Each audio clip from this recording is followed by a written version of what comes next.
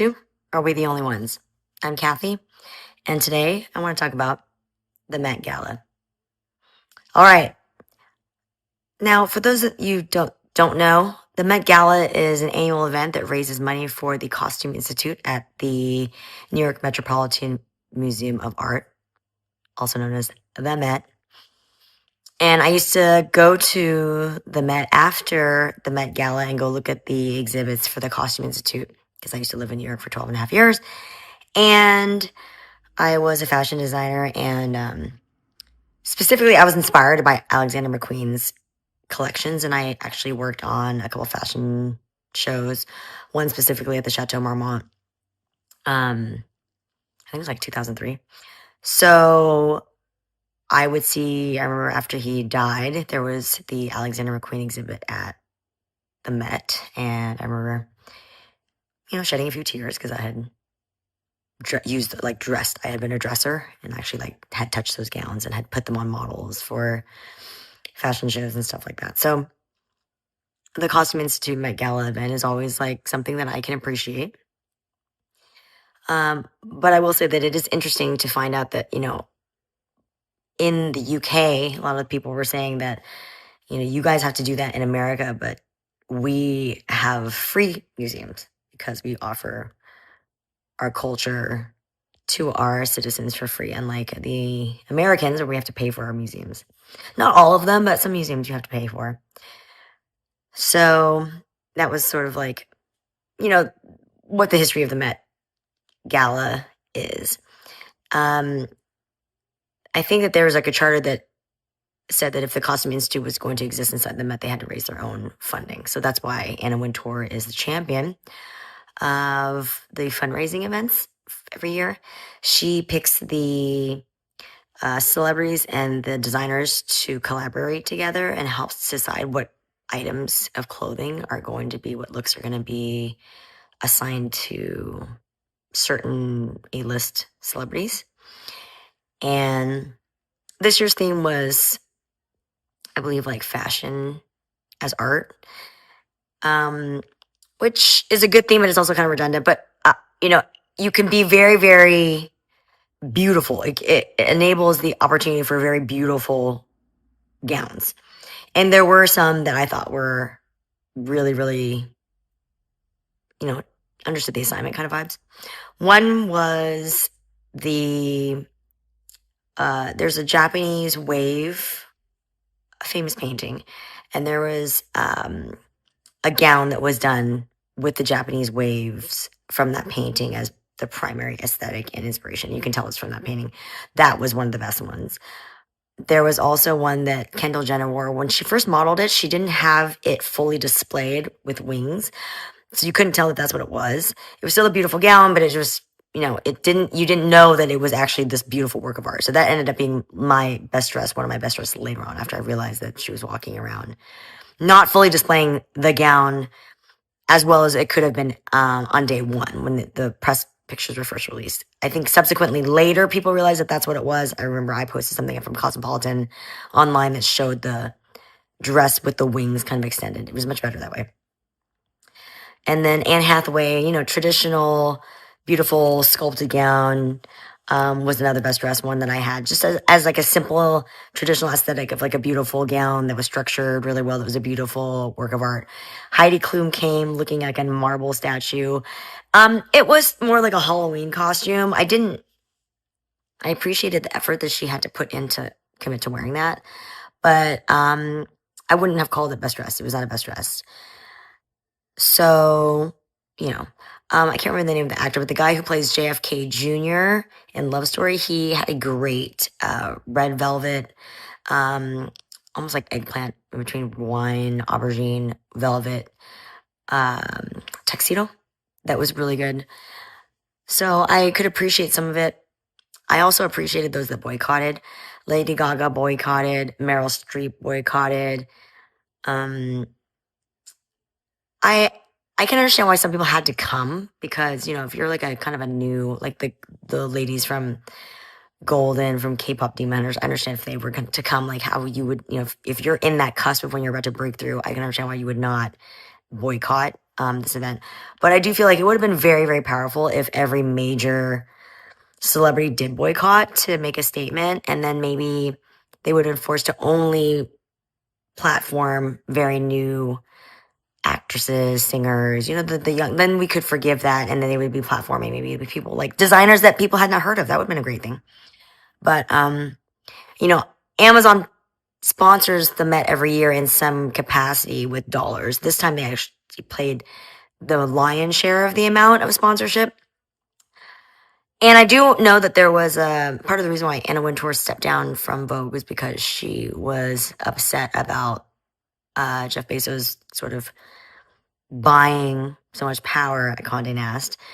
But, in the end, they did have the money to do it. And that is part of what capitalism, that's the opportunity cost, the side effect of capitalism. Sometimes you lose creativity in art, but art comes not necessarily in the beginning stages with money, so art will find itself. Art becomes less cool when all the rich people are using it all the time. So I thought it was interesting. Law Roach was hired to style Lauren Sanchez. I have actually styled Lauren Sanchez back in the day when I was at Richard Tyler. So I would style her for like Emmys and things like that. She would come and borrow clothes, and we would loan out things for also, like, she worked on KTLA. She was a local news anchor. And now seeing Law Roach, he styles Zendaya, and when he does her, she's very famous for her fashion. When Lauren Sanchez's clothing look for the Met Gala was published so that people could see it, the initial response, even for myself, was like, wow, that was just basic. Like, it's so basic. It was like Mother of the Bride, not a bad dress, but it's like any of us could wear that dress. If you're the wife of the, not chair, but I don't know if they were chair and co-chair or not this year, but if you're the wife of the person who is funding most of this Met Gala fashion event, you would think that and then you hired you would probably say, if it was me, I'd be like, I want to look the part. So, like, I want to show up the way people expect me to show up in a very elaborate gown that would actually, like, be appropriate for this event. She almost looked like someone that would be like a handler. A lot of times if you go in the Oscars, the celebrities, and then you have their like handlers, and they're all in black, and they look in like, they're very nicely dressed, but they just kind of blend in the background.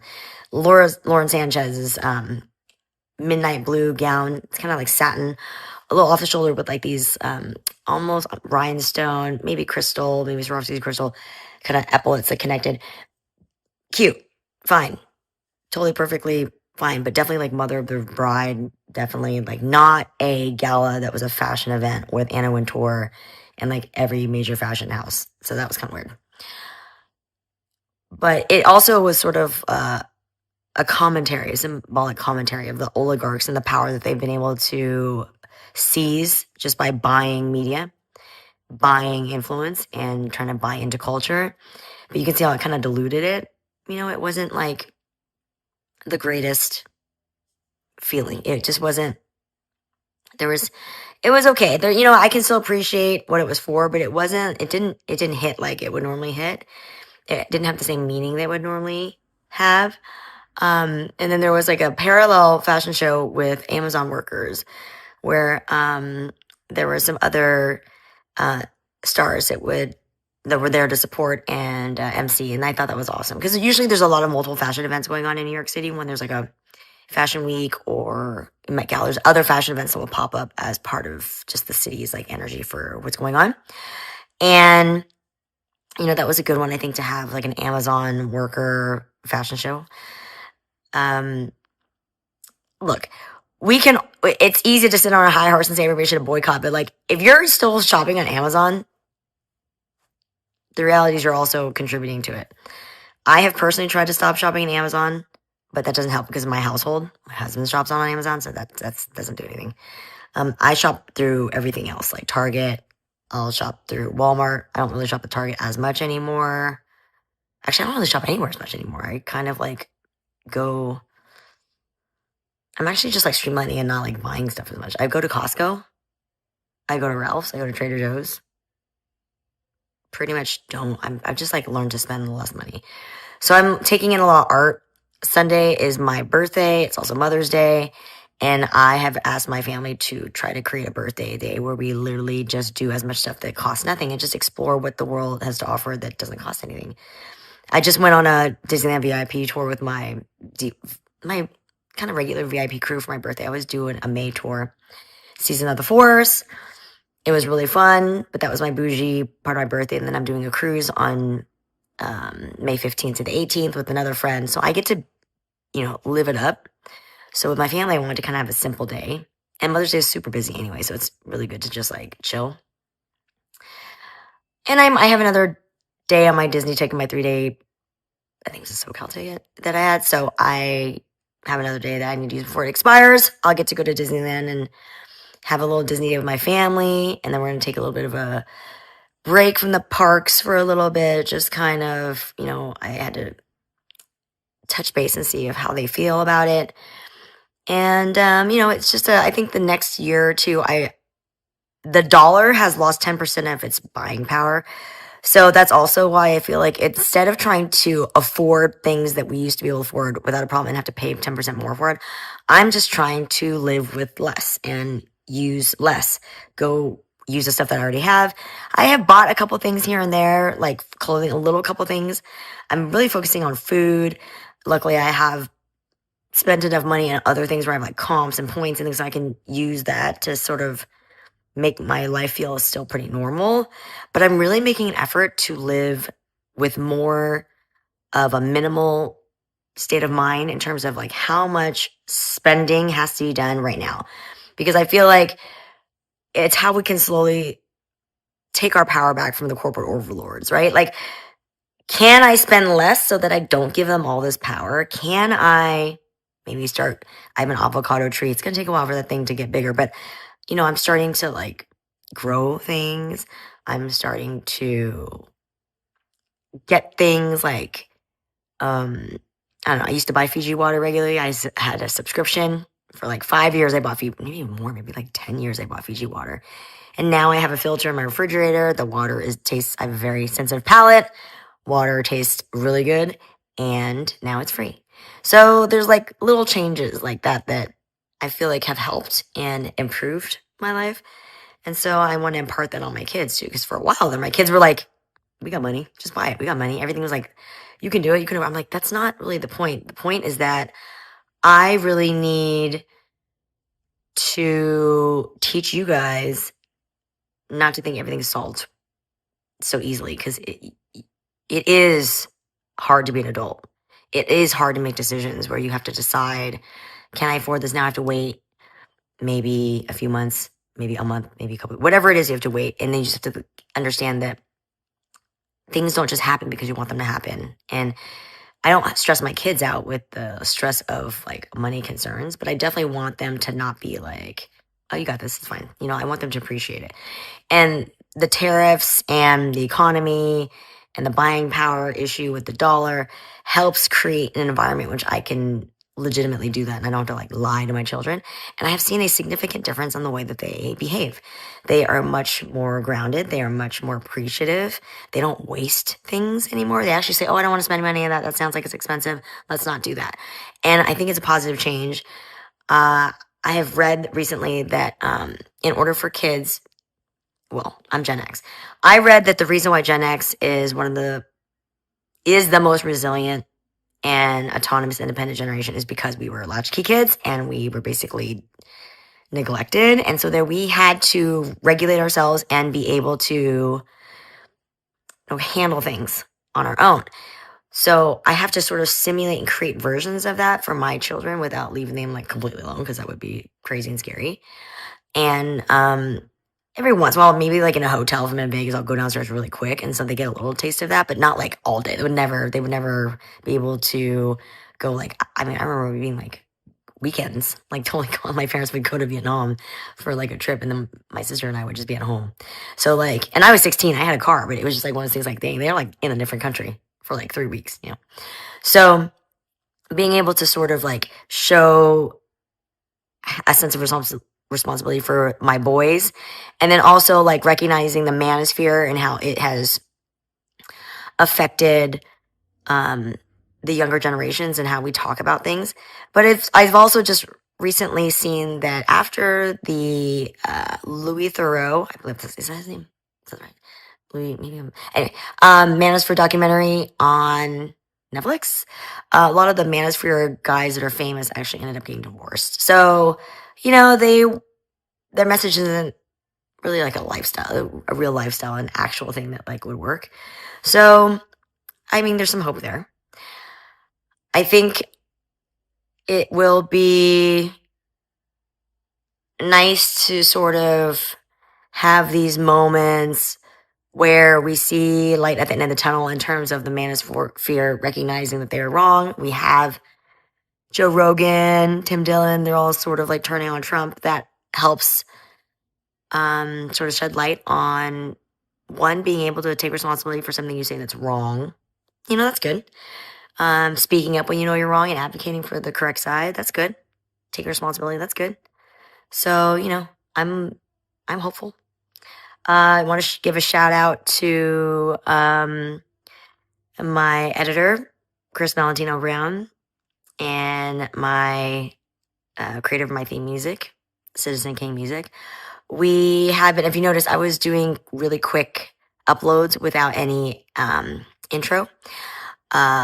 We were upgrading our equipment. So our equipment has arrived. Our new stuff is being installed and like set up. And so we'll be back to all the other regular intros for future episodes. And then we'll be able to upload, I think, like faster. We might even be able to get more episodes out a week and see if that's something that you guys have positive feedback on.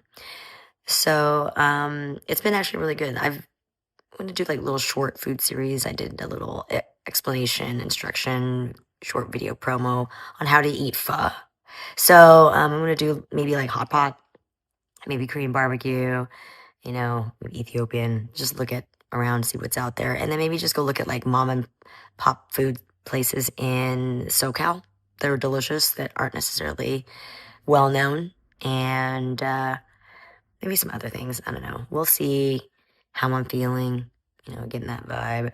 I might be doing a little episode about Disneyland VIP tours. I don't know if it'll just be for subscribers or not.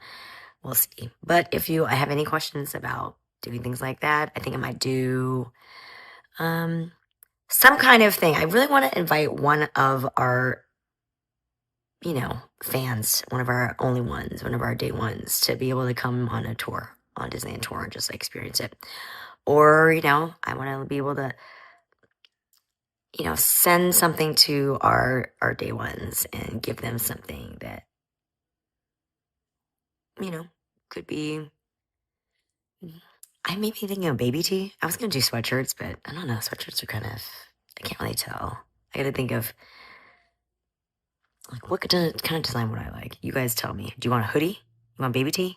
You want a racerback tee? You want a beanie? I got these beanies with this silk linings. I was gonna put the logo on and send it out to my day ones, but I don't know. Do you want a beanie? Tell me, you guys. Tell me what you want. All right. Until next time. Click like, subscribe, follow on Substack, YouTube, Instagram, Facebook, and TikTok. Are We the Only Ones Pod? Until next time.